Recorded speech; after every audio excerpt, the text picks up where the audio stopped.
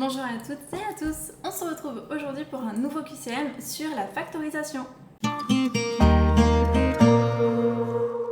Vous pouvez retrouver ces QCM sur le site jeumath.fr. Donc c'est parti pour un QCM niveau 3e sur la factorisation. Factorise l'expression suivante, 8 fois y plus 8 fois 2. Alors ici le facteur commun c'est 8, on va donc avoir 8 fois entre parenthèses y plus 2.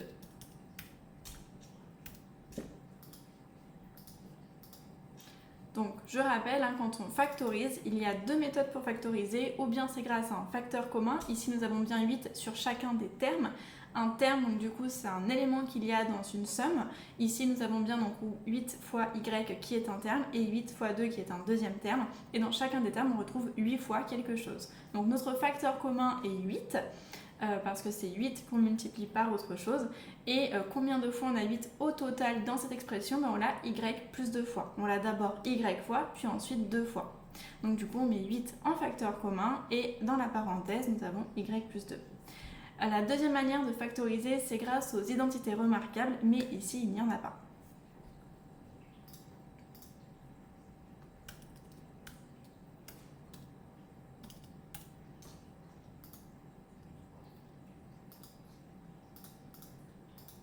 Si jamais vous faites ce QCM, vous avez vu que le site m'a demandé de simplifier l'expression, donc en fait il ne veut pas que l'on mette le multiplié entre le nombre et la parenthèse, et donc j'imagine qu'il ne veut pas non plus les multiplier entre les nombres et les lettres, etc.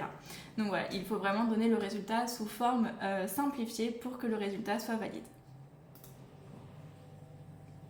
Alors factorise l'expression suivante, 3 fois y plus 3. Alors ici notre facteur commun c'est 3, on retrouve 3 dans le terme 3 fois y et aussi 3 dans le terme 3, mais attention ici il y a une sorte de petit piège entre guillemets, ce plus 3 en fait c'est plus 3 fois 1, on a bien une fois la quantité 3. Donc si on se pose la question combien de fois on a 3 au total dans cette expression, on a tout d'abord y fois 3 puis 1 fois 3. Donc du coup au total on a 3 fois y plus 1.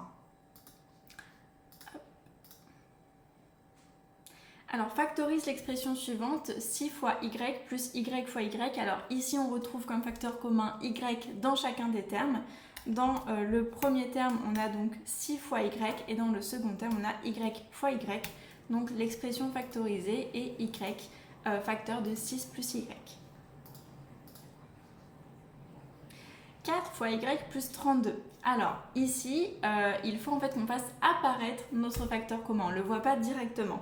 Par contre, on voit que 4 fois y, il y a deux facteurs dans ce terme, 4 et y. On n'a pas de y dans 32, donc s'il y a un facteur commun, potentiellement ce serait 4, ou alors l'un des facteurs, enfin l'un des diviseurs de 4.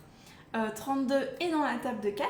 32 c'est 4 fois 8. On pourrait donc écrire 4 fois y plus 4 fois 8 et on retrouve comme facteur commun 4. Et donc, dans le premier terme, on a y fois 4 et dans le second terme, on a 8 fois 4. Dernière question pour ce QCM, factorise l'expression suivante, y au carré plus 8 fois y. Donc là, y au carré, c'est comme si on avait y fois y, le facteur commun est donc y. Et on a donc y fois y dans le premier terme, puis 8 fois y dans le second terme. Donc on aura comme expression factorisée y facteur de y plus 8.